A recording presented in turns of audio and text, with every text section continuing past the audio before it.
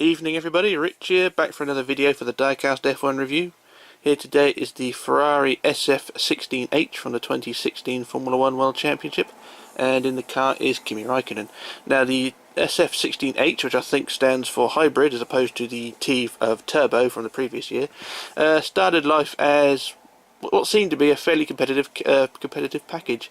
It was constantly near the top of the timesheets throughout testing, and started the season off by leading the first round with Sebastian Vettel leading off at the start, but was ultimately lost out during the restart after Alonso's accident. Lost out at the restart and had to settle for, I think was it P3 in the end. Yeah, the car started off pretty well, but ultimately things started to dwindle off, scoring podiums in almost all of the races in the first half of the season, but only scored 2 after the Austrian Grand Prix, which was sort of a massive downward spiral for Ferrari. I think it's safe to say they let go of their 16 hopes and focused more on 2017. Kimi Räikkönen in the other car had a relatively normal season as well, sort of on his terms, similar to his 2015 campaign really. Nothing spectacular, but you know, he did his job. But reliability wasn't really on his side. And there were mistakes as well throughout the year, but I think most of them sort of just through frustration. It was clear to say that the season was frustrating for the team, and for the drivers at least, with Räikkönen and Vettel getting very frustrated on the radio and telling certain race directors where to go. Although I think that was just Vettel saying that. But it really was a very frustrating season for Ferrari, and like I said, it really did dwindle off towards the end, or towards halfway through the season really. Where Mercedes, the team which won pretty much everything that year, whenever they failed, it wasn't Ferrari that picked up the pieces, it was Red Bull, which ultimately sealed Ferrari's fate that year. But hey ho, never mind. Of course 2017 is a much better year, but we'll get onto that another day.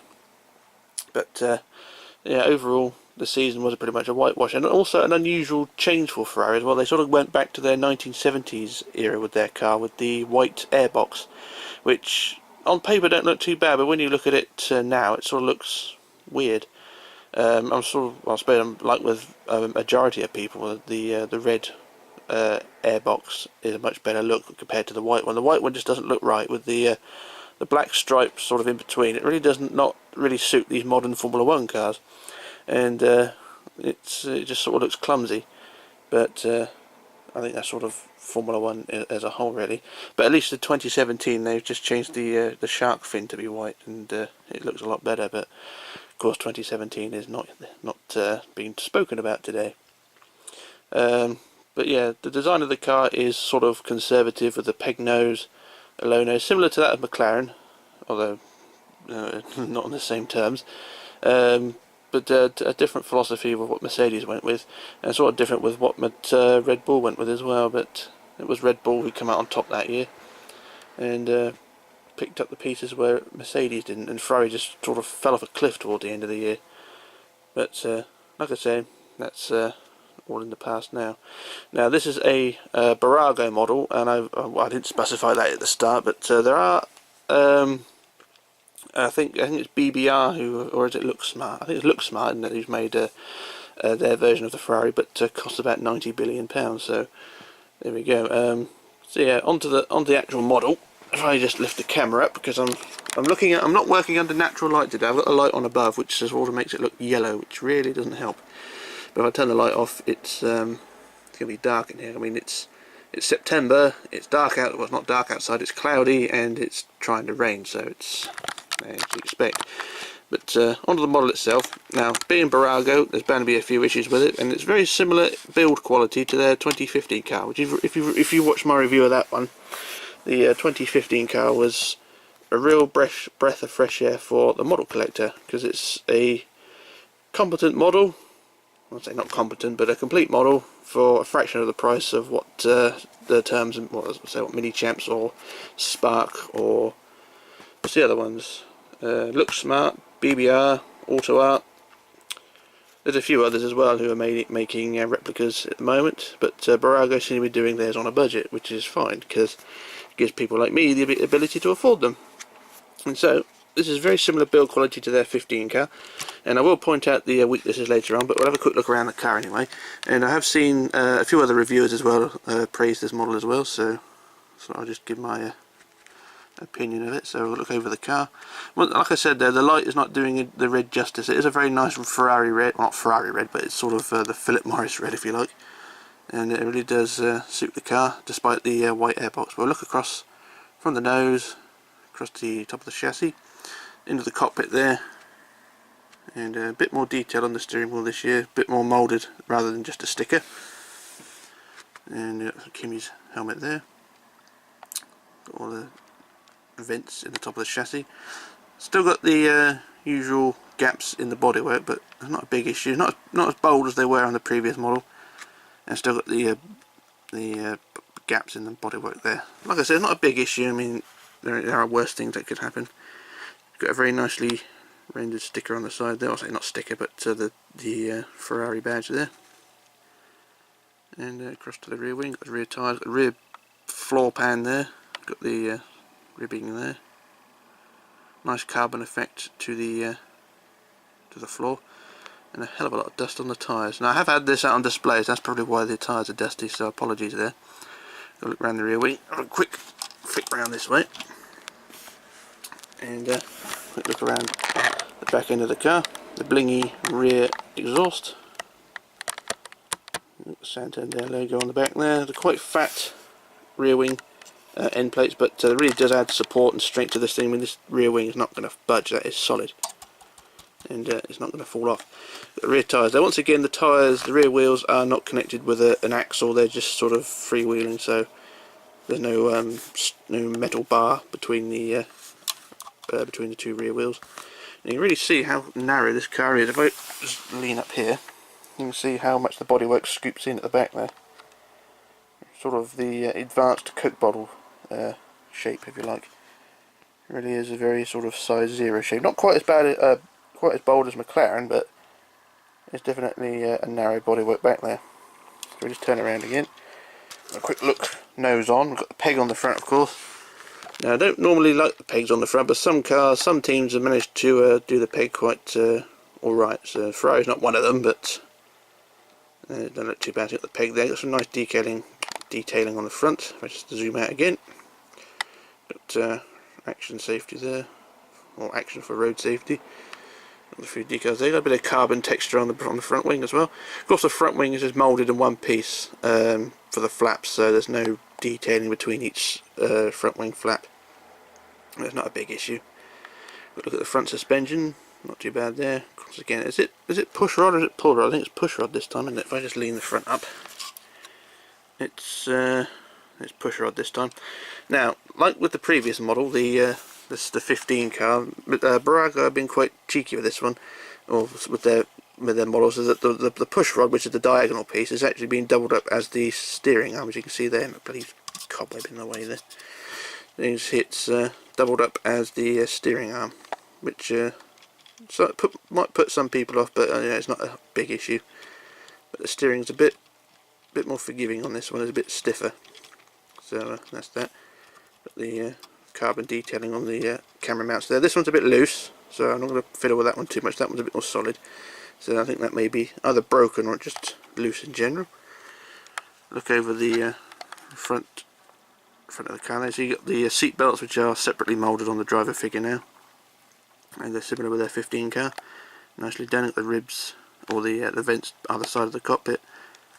Got the driver name printed just there. You can just see it printed there, and another big gap there.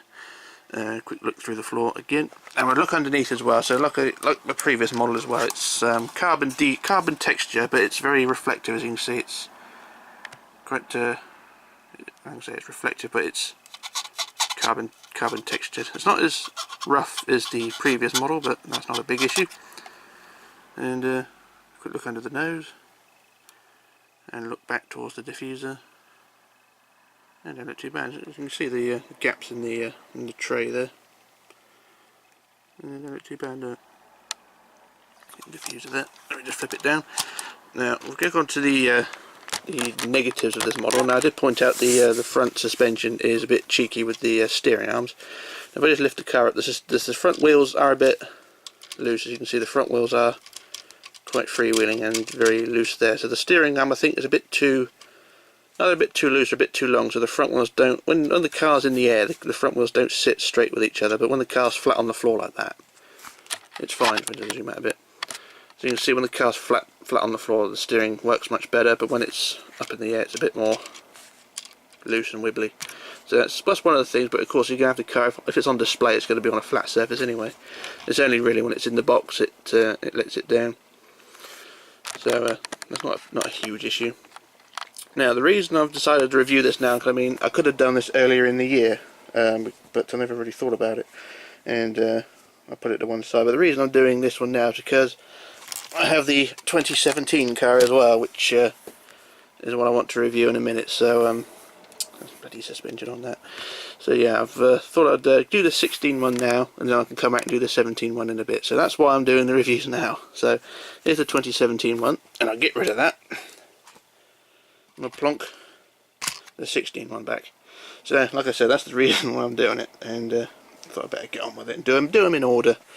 So yeah, price wise of this one, these are dirt cheap now, these Bbuago models, well at least this one is anyway.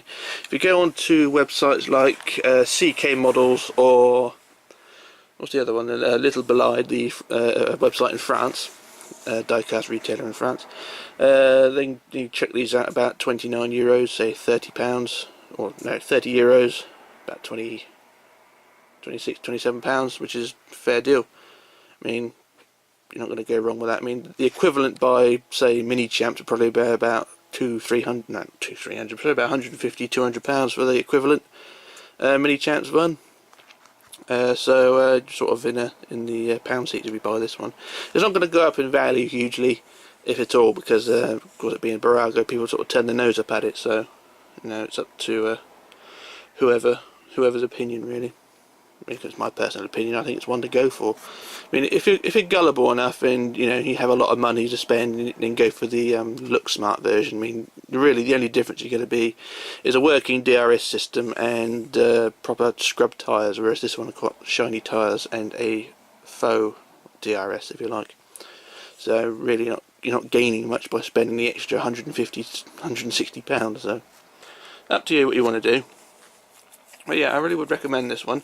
Now the box of the car is virtually a copy of the 15 model. If I just find it, get the car out of the way, plonk it up there.